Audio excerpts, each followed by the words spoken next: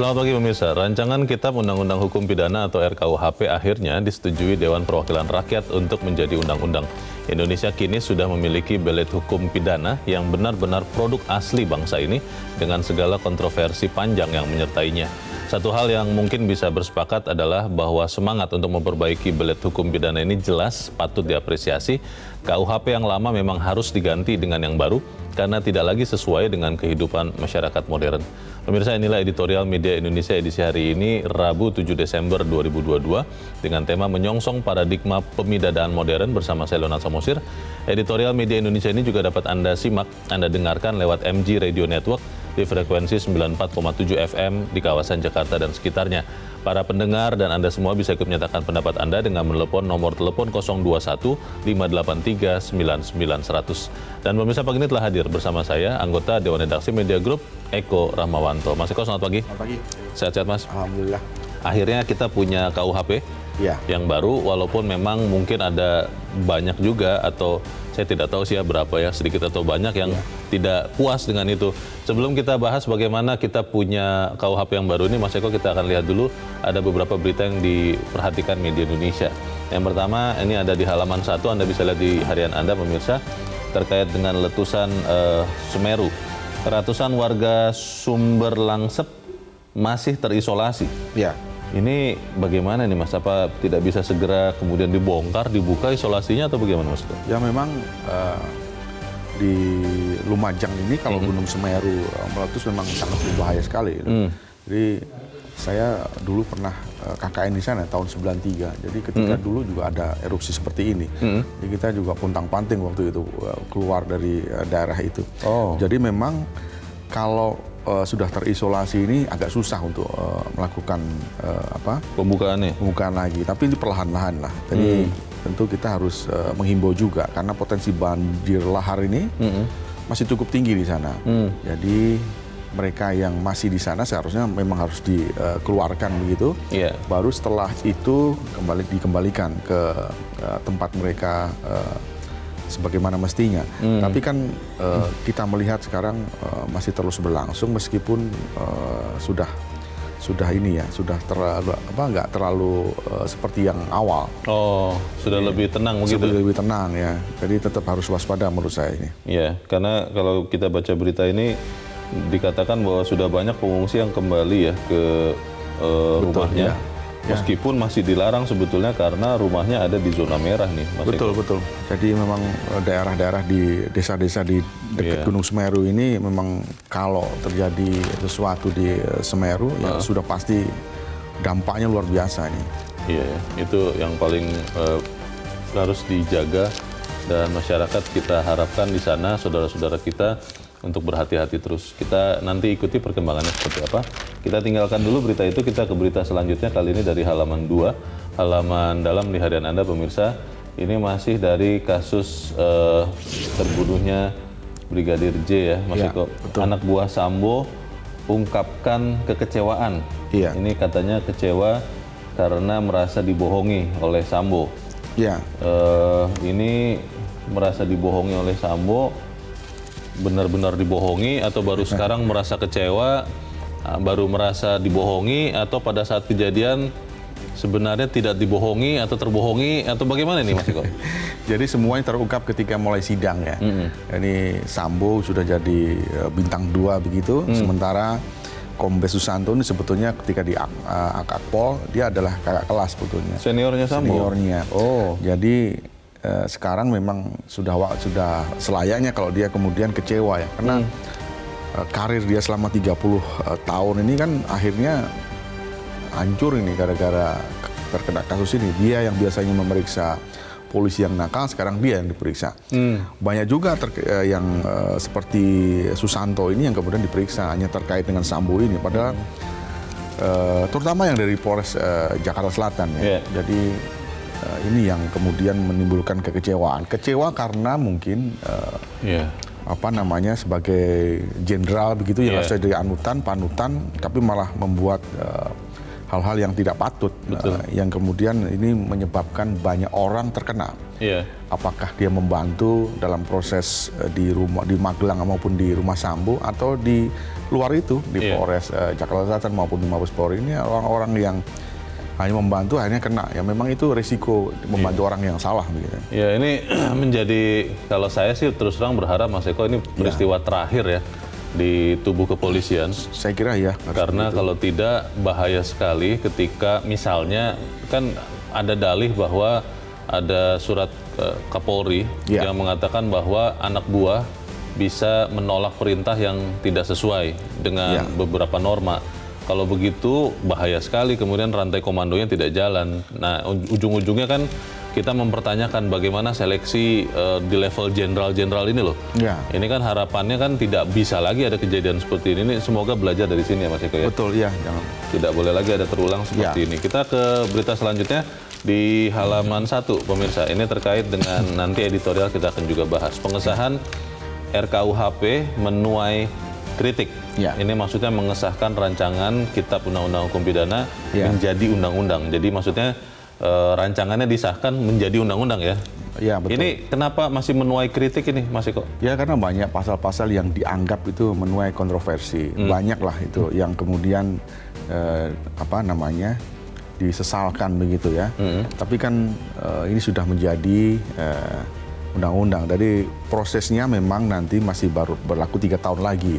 Jadi masih ada waktu ya bagi untuk melakukan sosialisasi baik kepada dosen. Ya ini kalau dosen ini penting karena dia yang harus mengajar. Apakah itu nanti dosen-dosen hukum ya? Betul ya, hukum pidana 1, 2 kalau di fakultas hukum atau hukum acara pidana dan lain-lain. Kemudian kepada jaksa, hakim, polisi ini kan semua harus disinkronkan selama 3 tahun itu. Dan mereka yang tidak puas tentu ada jalurnya MK. Nah, tetap saja mereka belum tidak puas ini masyarakat akademisi dan lain-lain. Karena memang dianggap MK ini ya kalau kita melihat putusan-putusan sebelumnya ya dianggap hanya seperti keranjang sampah lah gitulah ya. Sudah pasti ujungnya akan menolak. Itu kan hanya persepsi sebetulnya. Dipikirkan begitu ya. Betul ya. Jadi tapi kita tidak boleh hadir menyerah. Kemudian kalau ada yang salah, pasal-pasal itu yang dianggap melalui kontroversi kan nggak apa-apa di judicial review kan. Ini kan untuk kepentingan banyak orang juga. Ya, ini menjadi sesuatu yang memang kontroversial karena ada beberapa pasal yang dianggap terlalu masuk ke ranah privat. Betul, lalu juga katanya ada beberapa pasal yang mengancam kebebasan pers. Kita tinggalkan berita itu, kita langsung masuk ke editorial ya Mas Eko dan pemirsa. Editorial pada hari ini diberi judul Menyongsong Paradigma Pemidanaan Modern. Ini berangkat dari KUHP yang akhirnya disetujui kemarin oleh DPR untuk menjadi rujukan undang-undang ya. Karena ini Kitab Undang-Undang Hukum Pidana. Pertanyaannya Mas Eko, kalau memang kemudian saya dengar bahwa pemerintah yakin betul bahwa ini adalah hasil dari rembukan sebanyak mungkin orang, sehingga kelihatannya kemungkinan besar judicial review atau uji materi itu tidak akan diluluskan karena memang punya kelemahan-kelemahan argumentasi. Ini bagaimana ya paradigma pemidanaan modern ini seperti apa nih Mas? Ya, jadi kalau Leo tadi bilang sosialisasi kemudian mengundang beberapa orang akademisi, LSM dan lain memang sudah dilakukan. Kita melihat kemarin kalau keterangannya Menkumham ya ada beberapa yang sudah diundang, kemudian diajak berbicara di kantornya, kemudian ada FDG dan lain-lain. Memang tidak bisa memuaskan semua pihak. Nah itu yang kemudian arahnya nanti kalau memang tidak puas ke MK. Tapi begini loh, MK ini kalau kita melihat track recordnya kan memang kemudian menjadi perbincangan karena putusan-putusan yang dulu, misalkan Undang-Undang Cipta Kerja, Undang-Undang KPK yang dianggap itu melemahkan KPK kemudian sama MK juga ditolak dan lain-lain. Ini yang menimbulkan pertanyaan-pertanyaan. Jadi kalaupun harus ke MK, banyak yang berasumsi pasti akan ditolak. Jadi yang ini yang membuat menuai kritik. Apakah nanti ditolak atau tidak itu sebetulnya menjadi persoalan juga oleh teman-teman ini. Kalau begitu, apakah kemudian artinya ini sudah langsung final dan mengikat begitu, walaupun tadi juga dikatakan baru berlaku 3 tahun lagi ya. Iya, betul. Ini tertutup sama sekali kemungkinan untuk mengubah ataupun mengoreksi beberapa pasal yang mungkin dianggap bertentangan dengan hak asasi manusia ini. Bagaimana nih Mas? Ya, kalau sudah diketok artinya RKUHP ini kan sudah menjadi undang-undang, tapi memang 3 tahun lagi. Nah, mereka pasal-pasal yang dianggap kontroversi itu kan bisa diuji di materi. Tentu MK yang akan menguji apakah betul-betul ini bertentangan atau ini menimbulkan kegaduhan misalkan, atau hal-hal yang lain itu kan tergantung nanti judicial review di MK. Baik, kita akan bahas itu Mas Eko dan pemirsa. Inilah editorial Media Indonesia untuk hari ini, Rabu 7 Desember 2022, menyongsong paradigma pemidanaan modern.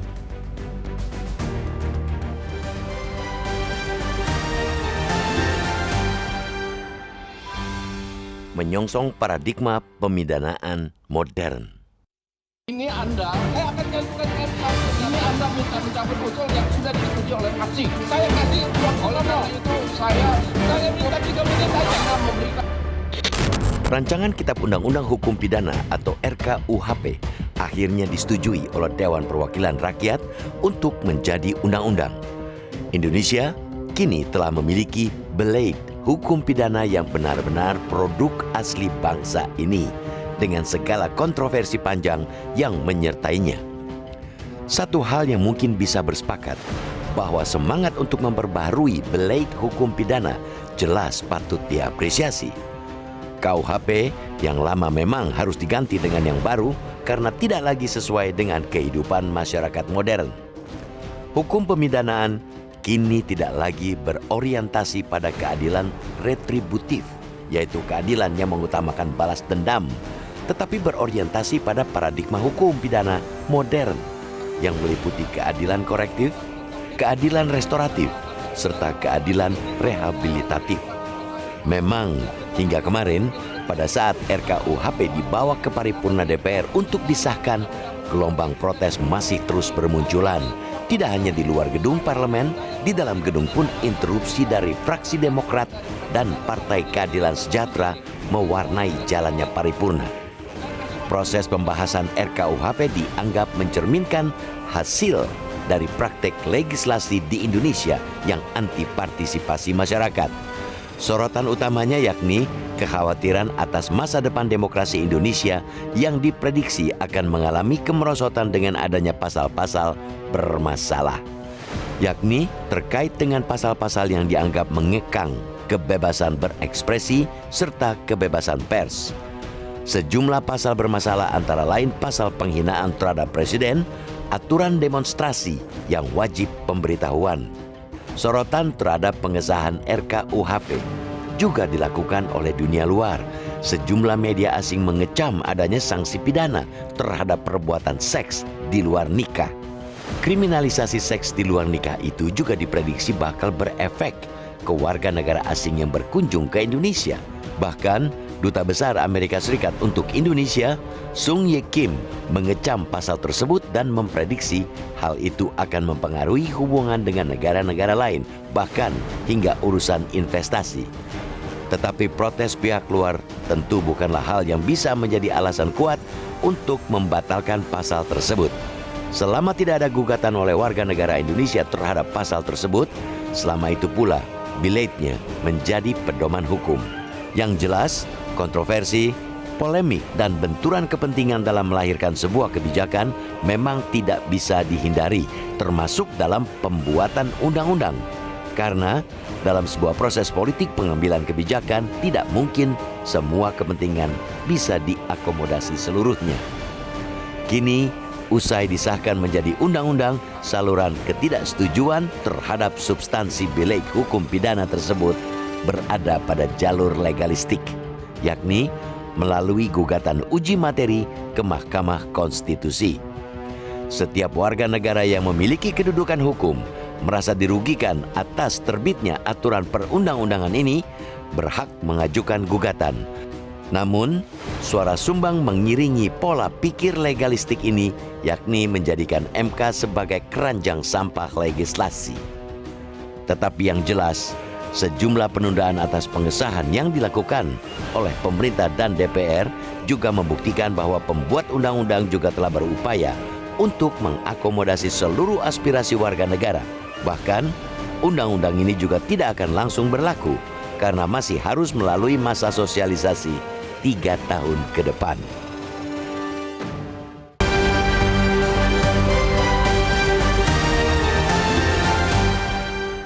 Pemirsa, tetaplah bersama kami, Editorial Media Indonesia akan kembali selepas jeda berikut ini.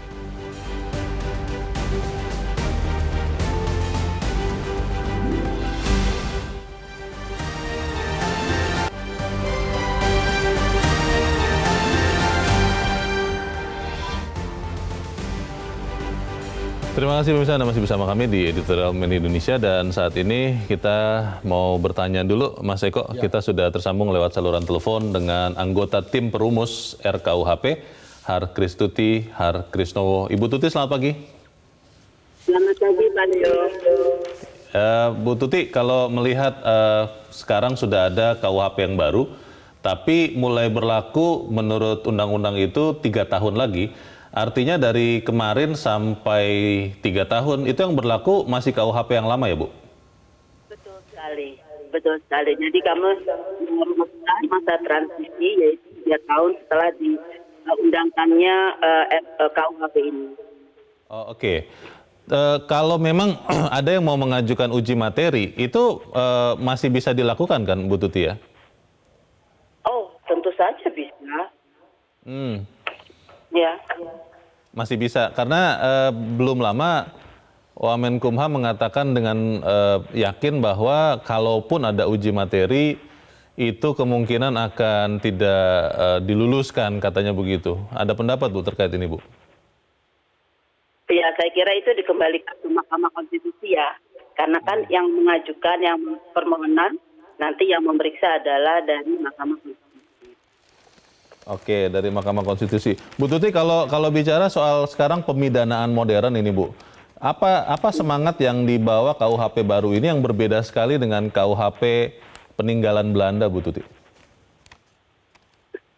Lumayan jauh ya.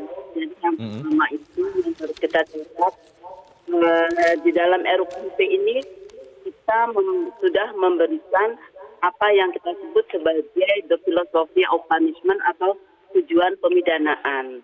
Ini dirumuskan secara khusus di dalam KUHP kita yang akan menjadi panduan bagi hakim, pedoman bagi hakim dalam memutus. Jadi dirumuskan misalnya pemidanaan itu tujuannya adalah pencegahan. Yeah. Kemudian tujuan rehabilitasi, conflict resolution, dan juga menumbuhkan rasa penyesalan dari si terpidana. Sehingga dari sini terlihat bahwa pandangan yang menganggap bahwa pidana itu dijatuhkan secara retributif sudah tidak lagi dianut di dalam KUHP yang baru ini. Nah, itu yang pertama. Yang kemudian yang kedua, kita juga merumuskan sejumlah faktor yang dipandang merupakan faktor-faktor yang dipertimbangkan oleh hakim dalam memutus. Artinya, hakim tidak bisa mengatakan bahwa dia korupsi 2 miliar dihukum. Itu nanti nggak boleh lagi kita harapkan. Karena dia juga harus memberi pertimbangan yang lengkap mengenai seperti apa bentuk kesalahannya, apa motifnya, itu terjang atau tidak, bagaimana caranya, berapa banyak kerugiannya, dan lain-lainnya yang ada, saya ada 11 item ya, yang harus dipertimbangkan oleh hakim sebelum memutus. Kemudian yang ketiga itu kita juga memperkenalkan yang namanya adalah pemaafan peradilan atau judicial pardon. Artinya adalah walaupun satu tindak pidana telah terbukti secara sah dan meyakinkan dilakukan oleh si terdakwa, tapi hakim itu dapat tidak menjatuhkan pidana atau tidak mengenakan tindakan apabila dilihat dari ringannya perbuatan, kemudian kondisi pelaku, dan keadaan-keadaan melingkupi tindak pidana. Ini diajukan ketika kita mendengar adanya kasus-kasus tindak pidana ringan yang dilakukan oleh Mbok Minah dan lain-lainnya itu ya, yang walaupun hanya mencuri 2 buah coklat, kemudian ternyata dikenakan pidana penjara. Jadi ini adalah satu terobosan yang antara lain ya, yang tidak disebutkan di dalam RUU KUHP.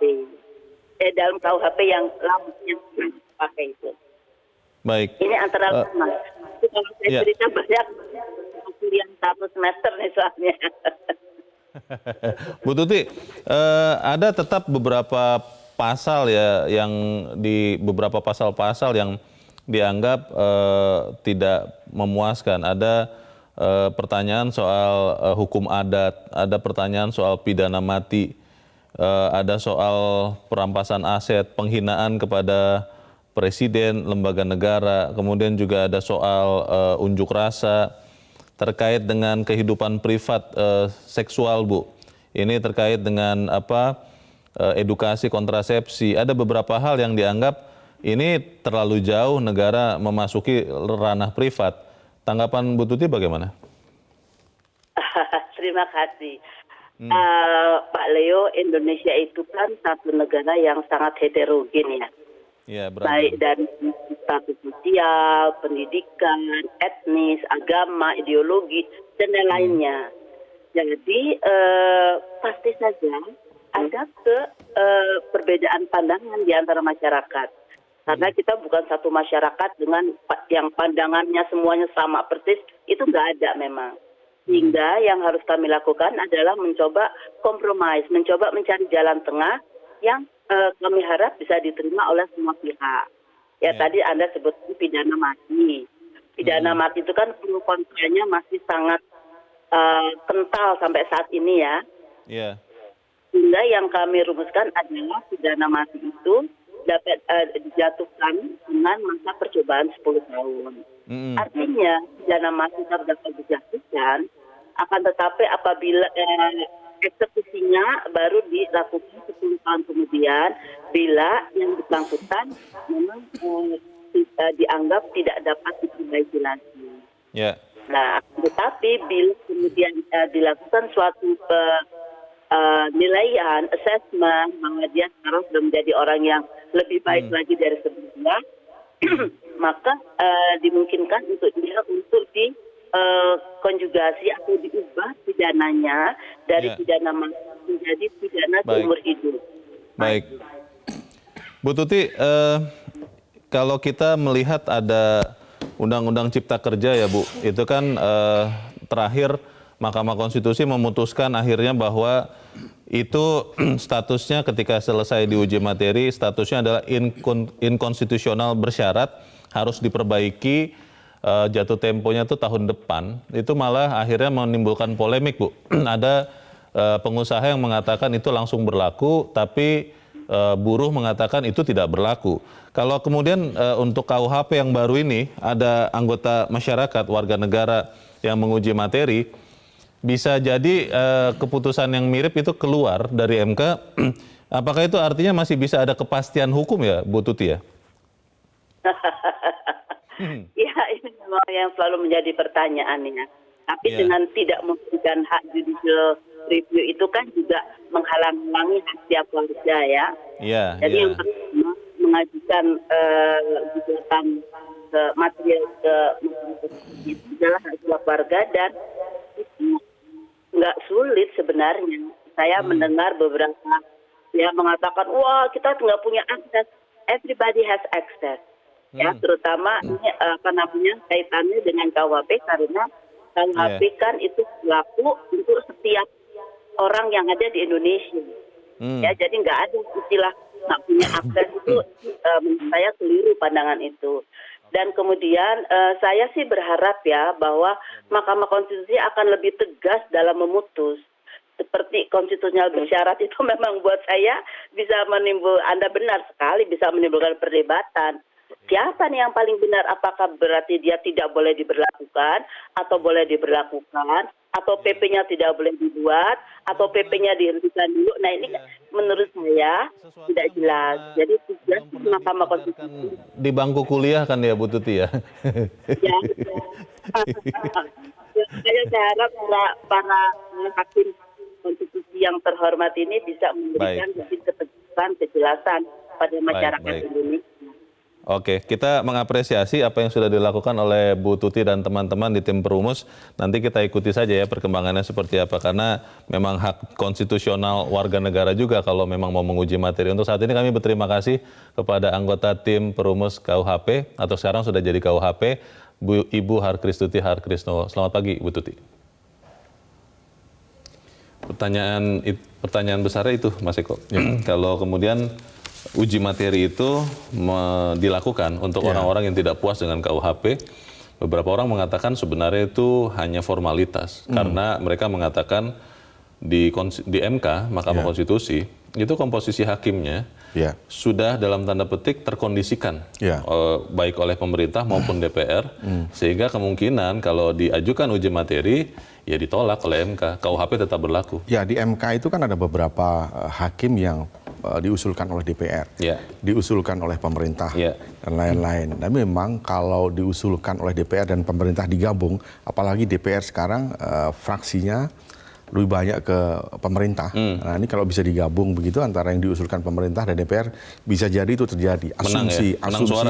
Asumsi orang itu kan seperti itu. Dari wakil-wakil itu. Jadi nggak salah juga ketika masyarakat LSM, Ormas kemudian menduga-duga seperti itu, bahwa kalau diajukan ke MK pasti hasilnya juga akan seperti itu. Boleh-boleh saja kan seperti itu. Tapi kan kita juga harus melihat bahwa dalam beberapa putusan yang MK yang sebelum-sebelumnya juga independen. Artinya memang tidak menimbulkan kontroversi. Tapi ada juga yang menimbulkan kontroversi yang disebutkan oleh Leo tadi, misalkan Undang KPK, Cipta Kerja, dan lain-lain, yang menimbulkan penafsiran yang berbeda-beda.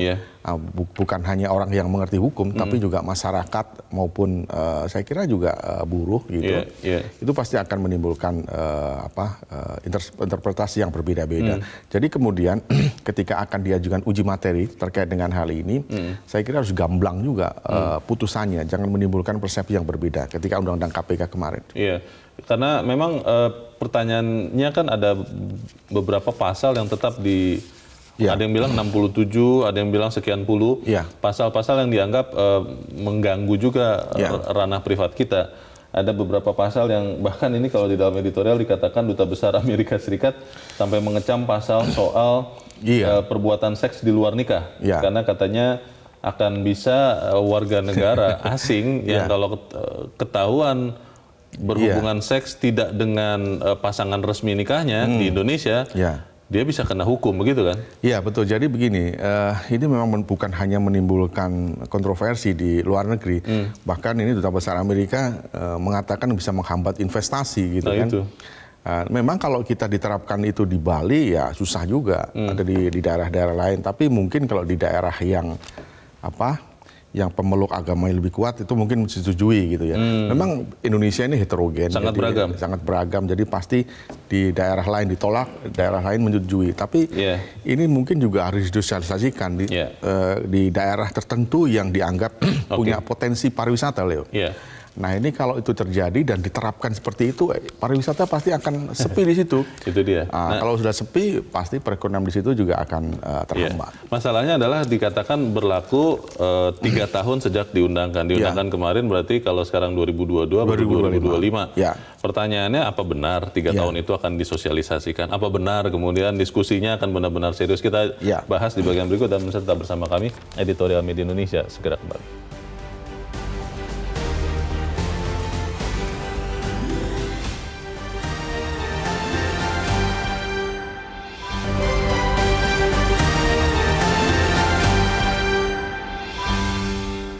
Media Indonesia mengajak Anda untuk mengakses fitur premium e-paper.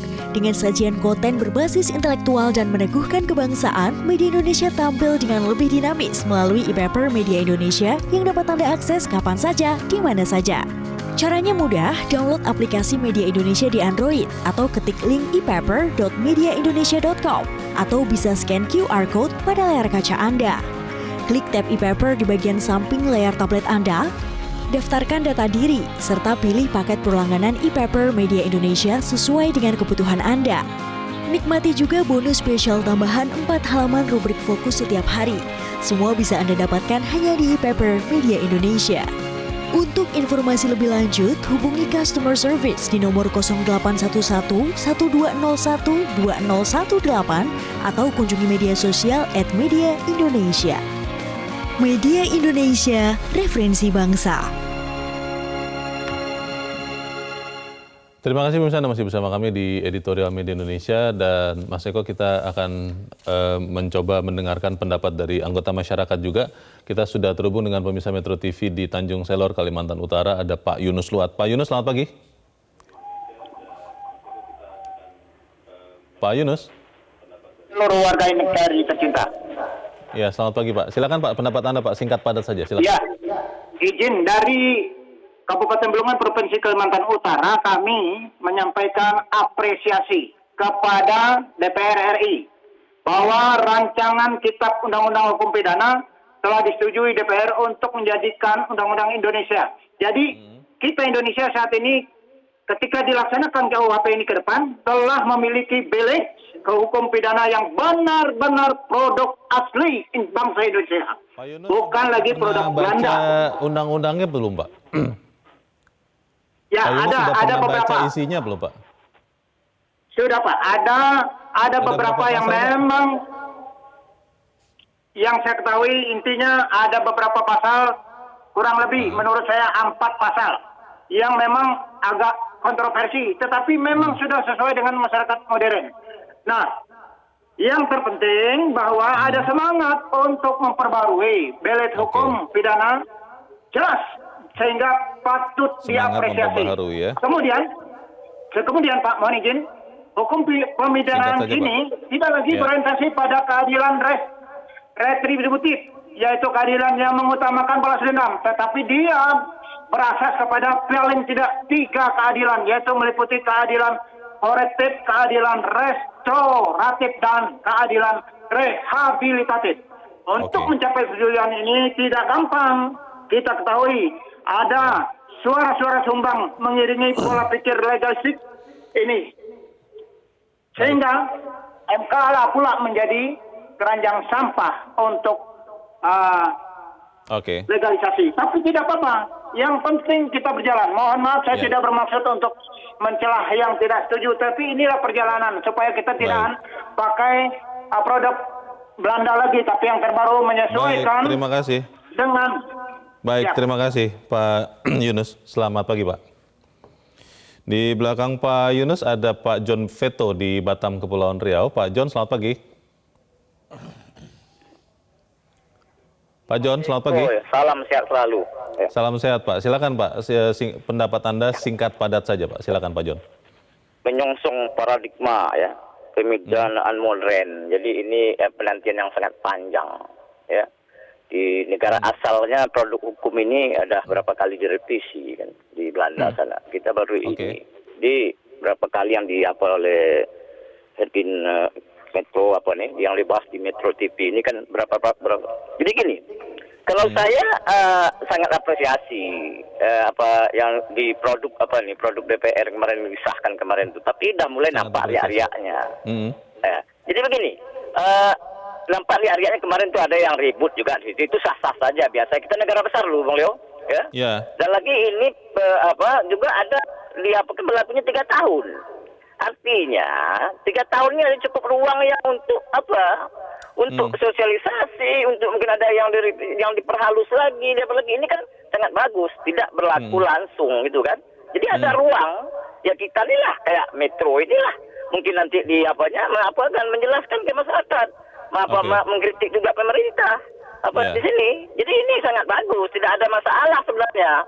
Cuma kalau riak-riak itu ya biasa, kita negara besar kok. Tidak semua pandangan sama. Kita berbeda-beda. Kita yang paling banyak etnis, agama, itu tidak banyak hukum adatnya. Tidak ada masalah. Tapi kita harus jalan ini. Kan ada ruang uji materi lah di MK nanti. Terima kasih Pak John Veto di Batam, Kepulauan Riau untuk pendapat Anda Pak. Selamat pagi. Di belakang Pak John ada pemirsa Metro TV di Cirebon, Jawa Barat, Ibu Indra. Ibu Indra, selamat pagi. Selamat pagi Bung Leonard Samosid dan Bung Eko Rahmawanto. Assalamualaikum warahmatullahi wabarakatuh, Metro TV. Waalaikumsalam warahmatullahi wabarakatuh. Singkat padat dalam menyongsong paradigma pemidanaan modern ya Bung Leo. Nah, tadi keunggulannya dan kemajuannya sudah dipaparkan beberapa, kemudian yang menolak juga apa. Nah, yang ingin saya lihat itu kenapa ini apa pada saat rapat paripurna DPR itu hiruk pikuknya, waduh, mudah-mudahan nanti kami masyarakat ini akan dapat melakukan hal-hal yang tidak membuat hiruk pikuk itu, karena sebetulnya penekanan RKUHP ini disetujui itu karena kita malu katanya pakai produk penjajah selama seabad. Jadi ayo kita coba untuk itu. Ada nanti kalau ada kesulitan ajukan aja ke Mahkamah Konstitusi. Dan untuk ini saya juga ingin menggarisbawahi pernyataan hakim yang terkenal itu bahwa untuk ini semua para penegak hukum harus menggunakan akal sehatnya. Akal sehat yang yang harus dipakai. Ini yang ingin saya sampaikan. Terima kasih Bung Leo. Assalamualaikum warahmatullahi wabarakatuh. Waalaikumsalam warahmatullahi wabarakatuh. Terima kasih Bu Indra di Cirebon, Jawa Barat.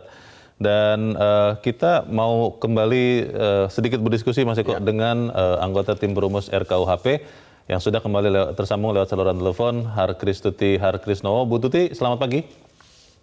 Selamat pagi Mas Leo. Ya, Bu Tuti, apa Bu yang ingin ditambahkan, Bu? Iya, tadi saya udah mau tutup telepon lalu mendengar diskusi Anda berdua mengenai perzinahan ya, yang bisa mengurangi investasi dan lainnya. Mungkin karena belum sempat baca. Saya harap itu karena belum sempat baca. Jadi yang pertama, betul perzinahan itu dikriminalisasi. Ya, akan tetapi ada syaratnya. Dia hanya bisa diproses apabila diadukan oleh pasangannya yang sah atau orang tua atau anak. Jadi tidak semua orang bisa melakukan memberikan laporan pada polisi. Jadi tidak bisa misalnya digerebek langsung oleh warga sekitar begitu? Tidak boleh ya? Tidak boleh. Nah ini perlu jadi perhatian teman-teman. Kenapa ini kami rumuskan demikian? Pertama kan ini pro kontra perzinahan. Kelompok-kelompok golongan X mengatakan ini harus merupakan tindak pidana yang bisa dilaporkan siapa saja gitu kan. Yang lain mengatakan ini kan ranah privat, negara nggak boleh masuk. Nah karena adanya perbedaan pandangan yang begitu frontal, maka kami mencari jalan tengah. Baik. Jadi tetap tindak pidana tapi dibatasi. Hanya bisa diadukan ke kepolisian oleh orang-orang tertentu saja, tidak boleh orang. Jadi di hotel, tetangga hotel yang nonton satpam itu yang nggak boleh juga gitu. Jadi hanya orang-orang terdekat dari si pelaku saja. Pasangannya yang sah ya. Jadi kalau pacarnya itu nggak boleh, hanya boleh suami atau istri, atau orang tua atau anak gitu. Jadi pastinya tidak akan mengganggu investasi sih menurut saya. Ya itu dia Bu. Inilah kalau saya pikir memang bagus juga ada jeda waktu 3 tahun untuk kami atau kita semua juga sama-sama mempelajari dengan seksama ya Bu, karena banyak yang protes, banyak yang setuju. Kalau saya tanya ada berapa pasal, semuanya nggak ingat Bu. Ada berapa pasal Bu Tuti, singkat saja Bu. Totalnya berapa pasal jadinya Bu ya KUHP ini Bu? Kita kemarin itu ada pasalnya 627. Sebentar. 27 pasal ya? Oke. Bentar. Kita punya pasal. Mana ini? Ya, ada 627 ya. 624, Mas Leo. Oh, 624. Oke. Baik, terima kasih untuk tambahannya Bu. Kita nanti akan mempelajarinya juga sama-sama. Untuk saat ini terima kasih Ibu Harkristuti Harkrisnowo. Selamat pagi Bu Tuti. Nah itu dia Mas Eko. Kita saja mungkin belum benar-benar mengerti, jangan-jangan belum baca juga banyak orang. Mungkin tadi ada beberapa pemirsa mengatakan setuju gitu. Waktu saya tanya sudah baca. nggak berani jawab juga Ya, karena belum baca juga. Terlalu tebal. Nah itu dia, Dibaca. bagaimana Mas? Ya betul, jadi kalau kita melihat apa yang diprotes kemudian disanggah oleh Bu Tuti tadi, Iya. Duta Besar Amerika terkait dengan apa yang ditanya sama Leo tadi, tentang seksualitas tadi, Iya. dijawab oleh Bu Tuti, jadi tidak segampang itu kan untuk menggerebek orang dan lain-lain. Kemudian kan Duta Besar Amerika juga bilang ini menghambat investasi, juga sudah dijawab tadi. Iya. Jadi memang nggak semudah itu ya. Kita menuduh orang kemudian harus digerebek gitu. Iya. Jadi memang, tapi kalau kita kembali kepada KUHP baru ini ya memang kita harus apresiasi. Memang kita ini kan sudah lama sekali produk Belanda ini yang sebetulnya kita juga ingin punya KUHP yang baru. 200 tahun lebih ya. 200 tahun lebih, bahkan sudah beberapa presiden membahas ini. Di Presiden Jokowi aja sudah dua periode ini. Iya. Jadi kalau memang kembali lagi, kalau memang tidak setuju dengan uji materi, saya kira diuji materi di MK aja. Iya. Menariknya adalah begini, Mas Ya. Iko. Ini kan produk perundang-undangan yang dibuat bersama-sama pemerintah dan DPR. Iya. Dan berlaku 3 tahun dari tahun ini. Betul, Artinya kan tahun 2025. Ya. Dan itu akan melampaui tahun pemilu 2024. Betul. Yang pasti adalah presidennya akan berganti. Betul. Pemerintahannya akan berganti. Iya. Ini apakah kemudian serta-merta kita bisa yakin bahwa ini akan terus berlaku? Atau ada sebagian orang berpikir pemerintahannya berganti, jangan-jangan nanti langsung diganti lagi. Apakah ini akan terus berlangsung? Kita bahas di bagian berikut, Mas Eko, dan bisa tetap bersama kami. Editorial Media Indonesia segera kembali.